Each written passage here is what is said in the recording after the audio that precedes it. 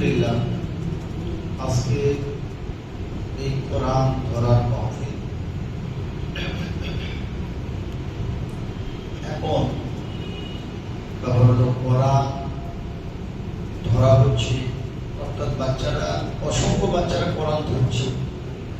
ফলে এখন মানে এই জজবাটা যেন দেখা যাচ্ছে না, দেখা যাচ্ছে কি আগে আমরা ছোটবেলা দেখেছি, যখন এই কোরআন ধরা হতো যেন মনে হতো কি একটা বিরাট ব্যাপার। সে ওস্তাদদের দোয়া খাতির করা হতো, তখন লুঙ্গি পাঞ্জাবি সব দেওয়া হতো, নিয়ে আসবে, গার্জেনরা সব টুপি মায়াটাতে গোসল করে হাতের মেঘে ঘুরবে।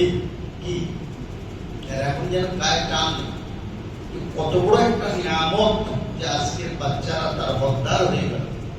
কারণ আমাদের কোরআনের সম্পর্কটা হলো দুনিয়ার আগে। বিসমিল্লাহির রহমানির রহিম।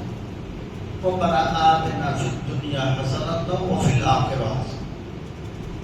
প্রথম দুনিয়া কোরআন দ্বারাই দুনিয়া সাজাচ্ছে। আল্লাহ পাক সাজাবার কৌশল বলে দিয়েছেন। কোরআন নিয়ে যারা গবেষণা করছে, কোরআন ফলো করছে, তারা নিজের জীবনকে সাজাচ্ছে। ব্যবসা বাণিজ্য, কাজ কারবার, ছেলে মেয়ে, ইসলামী শিক্ষা দীক্ষা, সব দিক থেকে একটা সুন্দর জীবন তৈরি হচ্ছে। সেটা কোরআন একটা দুনিয়া। প্রথমে আল্লাহ বলেছেন দুনিয়া আমার কোরআন দ্বারাই দুনিয়া সাজাও। রব্বানা আতিনা ফিদ দুনিয়া হাসানা। দুনিয়াকে তোমরা সৌন্দর্য করো কোরআনের দ্বারাই। কিসের দ্বারা? কোরআনের দ্বারা। তো ছোট একটা এক্সাম্পল দিচ্ছি। এসব বাচ্চারা কোরআন ধরেছে, ছেলেরা স্কুলে যেমন যায় কত রকম ভাবে যায়, কিন্তু বাচ্চাদের সৌন্দর্য বৃদ্ধি পেয়েছে না পাই? শুধু এই কোরআন ধরা যে পড়তে আসে, কোরআন এখানে শিখতে আসে, ওদের একটা আসা যাওয়া, পোশাক, কথাবার্তা, লোককে সালাম দেওয়া, আমরা যখন আসি যত বাচ্চা আসসালামু আলাইকুম, তাহলে ওরা এই কোরআন শিখতে এসে ওদের জীবনকে এতটাই এর মধ্যেই সৌন্দর্য করে ফেলেছে। সুবহানাল্লাহ। এবারে বাকি হলো আমাদের সমস্যা হচ্ছে গার্জেনরা আমরা কেউ কোরআন ফলো করি, আর আমাদের যারা আমরা আলেম মানুষ, তারা মামদা জাকাতে কিছু কথা চলে আসছে, সেইগুলো আমরা সাপ্লাই দিয়ে যখন বাজার চলছে, তাহলে আর কোরআন নিয়ে গবেষণা করার দরকার। ফলে হচ্ছে কি কোরআন মোতাবেক জীবন বা কোরআনের যে শিষ্টাচার, যে ভদ্রতা, নম্রতা, সৌন্দর্য, সেটা বৃদ্ধি পাচ্ছে না। এই জন্য যেহেতু আমরা গার্জেনরা কোরআন নিয়ে চর্চা করছি না। কথা বুঝে গেল? তাহলে আমাদের উচিত হলো যে কোরআন শেখার সাথে সাথে আমরা কোরআন দ্বারায় আমাদের জীবনকেও আমরা সৌন্দর্য করি। কোরআন শরীফের মধ্যে আমাদের জীবনের প্রত্যেকটা বিষয় সুন্দরভাবে এঁকে দেওয়া হচ্ছে। সুবহানাল্লাহ। আরেকটা বড় বিষয় হলো, সেটা হলো অফিল আখিরাতে হাসানা। প্রত্যেক জাতি আখিরাত বিশ্বাস করে, কিন্তু বিশ্বাস করা সত্ত্বেও তাদের যেহেতু কোনো গাইডলাইন নেই, কোনো ব্যবস্থাপনা নেই, সেই জন্য তারা আখিরাত বিশ্বাস করলে কি হবে, কিন্তু আখিরাতের পদ্ধতি মেনে কাজ করতে পারে। আর আমাদের আখিরাত সৌন্দর্য করার জন্য, আখিরাতে শান্তিতে থাকার জন্য, আখিরাত মানে মরণের পরের জীবন, মরণের পরের জীবনটা আমাদের সৌন্দর্য, পুরো আমাদের একটা সংবিধান বা গাইডলাইন কোরআনে বেঁধে দেওয়া হয়েছে। আর বারবার কোরআনে জান্নাতের কথা, জাহান্নামের কথা, পরসরাতের কথা, মিজানের কথা, হাসরের কথা, কিয়ামতের কথা। এই যে আমরা এক্ষুনি যে ছোট বাচ্চাটা কোরআন শরীফ পড়লো, আমরা দেখলেন যে ওখানে দুটো বিষয়ই আলোচনা রয়েছে। যে জীবনের একটা সময় এমন আছে বিপদ সংকুল অবস্থা আমাদের জীবনে নামবে, আর তার সাথে সাথে সঙ্গে সঙ্গে ফের আখিরাতের কথা বলা। এবার আখিরাতের কথা বলার আগেই ওখানে দুনিয়ার কথাও বলা হলো।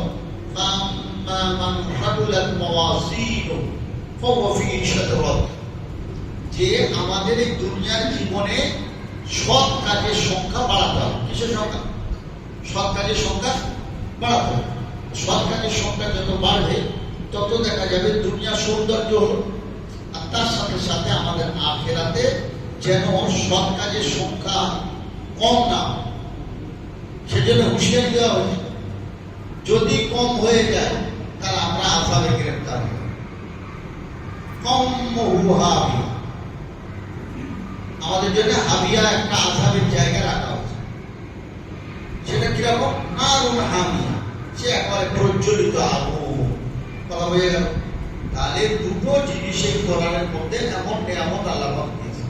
অতএব কোরআন প্রথম শুরু করা মানে যেটা আমাদের একটা বড় সৌভাগ্য যে আল্লাহ পাক পরবর্তীকালে নিয়াজ কোরআন পড়ার মতো আমাদের বাচ্চাদের তৌফিক দিয়েছে, আমাদের পড়াবার বাচ্চাদের শক্তি দিয়েছে, আর আমাদের ওস্তাদ মহোদয়েরা প্রচুর পরিশ্রম করে রাত দিন মেহনত করে এই আমাদের সামনে নমুনা পেশ করেছে।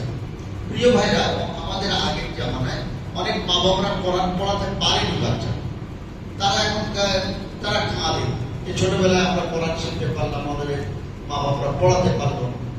তাহলে আলহামদুলিল্লাহ আমরা দিনিয়াত মাওলানা এই বক্তব্যের দ্বারাই আজকের আমরা এত সুন্দর কোরআন ধরার বছরে কয়েক দফা কয়েক ব্যাচ কোরআন ধরেই চলেছে। সুবহানাল্লাহ বিহামদি। তাহলে এক নম্বর আমাদের এই দিনিয়াত ধরে রাখতে হবে। কি করতে হবে? দিনিয়াত কি করতে হবে? ধরে রাখতে হবে। ধরে রাখলে কি হবে? তাহলে এইভাবে আমরা ফল পেতে হবে। দিনিয়াতকে কোনোভাবে আমাদের নষ্ট করা যাবে না, এক নম্বর। দু নম্বর, দিনিয়াত ধরে রাখতে গেলে আমাদের আরেকটা দায়িত্ব আছে।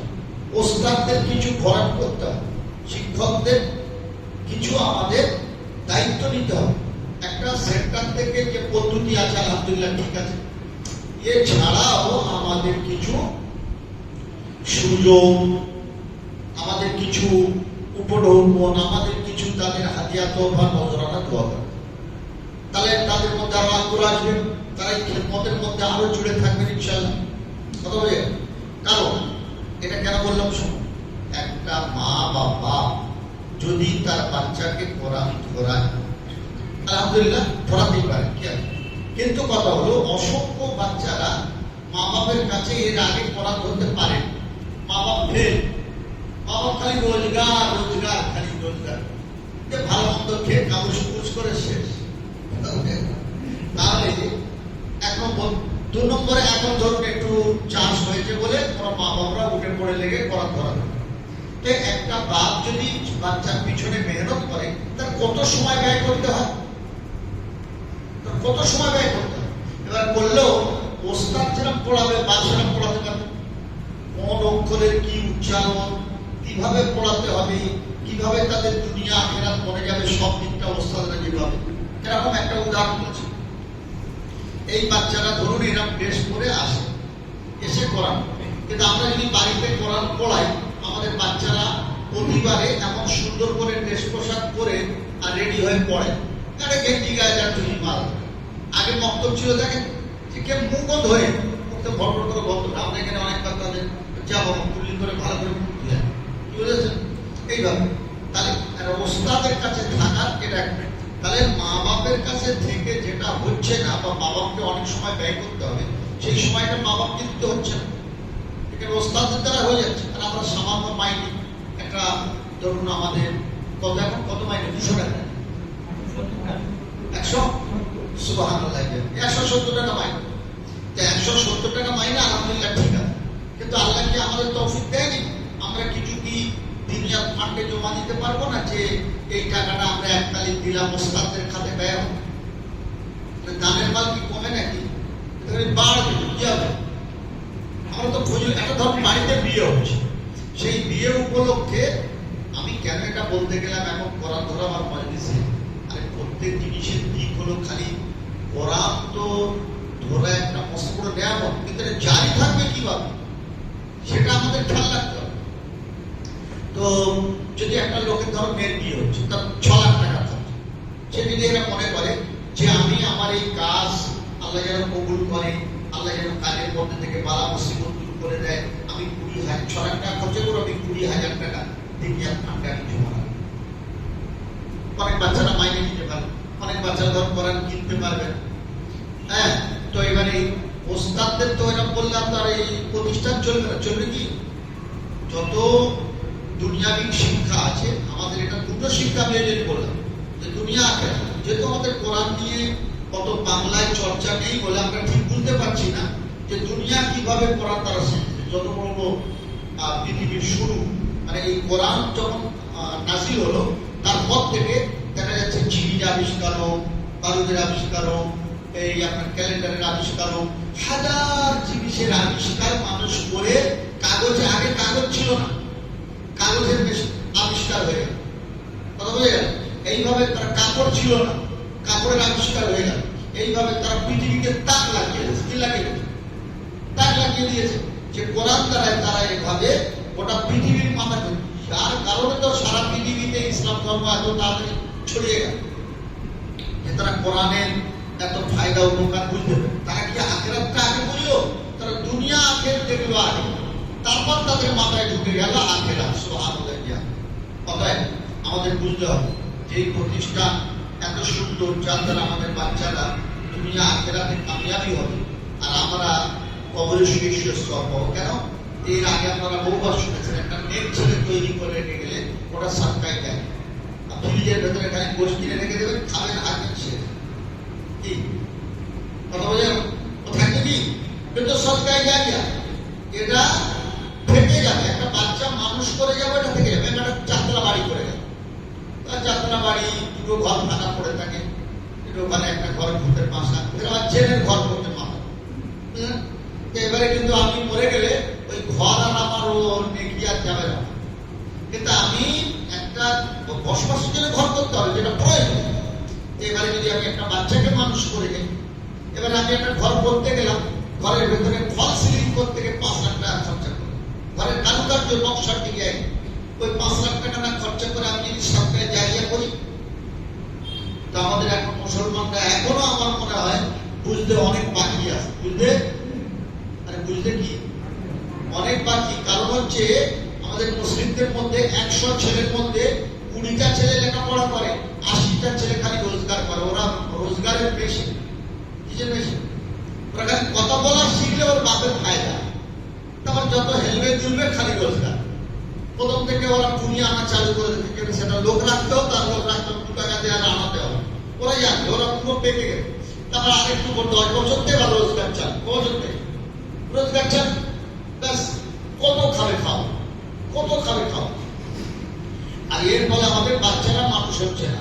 যার শুভবুদ্ধি হয়েছে কাকতুলির মানুষের বা আমাদের দুনিয়াতে যারা কর্মীরা আছেন, তাদের একটা মস্ত বড় খেদমত বা শুভবুদ্ধি যে এনারা বাচ্চাদেরকে এই ইলম শেখাবার লাইনে, আর তার মধ্যে একটা বিশিষ্ট কিতাব আল্লাহ নাজিল হওয়া গ্রন্থ, যে গ্রন্থ এত মূল্যবান যে সমস্ত সৃষ্টিকে বলা হয়েছে, সৃষ্টি সে গ্রন্থ নিতে পারেনি, যে এত বড় দায়িত্বের বোঝা আমরা নিতে পারবো না। শেষ পর্যন্ত আল্লাহ মানুষের জন্য কবুল করে নিয়েছে। বলুন সুবহানাল্লাহ।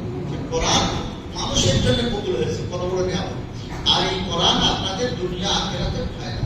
আল্লাহ নবী সাল্লাল্লাহু আলাইহি ওয়াসাল্লাম তো বলেছেন, যে আপনারা বারবার শুনেছেন এখানে, যে যেমন করাল কোরআনা, যে কোরআন পড়ে, নিজে পড়ে আর অপরকে পড়ায়, সে উত্তম ব্যক্তি। আবার কি, যে কোরআন পড়লো আর সেই মোতাবেক আমল করলো, মান করাল কোরআনা ওয়া আমিলা বিমা ফিহি, যে সেই মোতাবেক আমল করলো, তার মা বাপকে জান্নাতে আপনার পোশাক পরিয়ে দেওয়া হবে, জান্নাতের পোশাক। বলুন সুবহানাল্লাহ।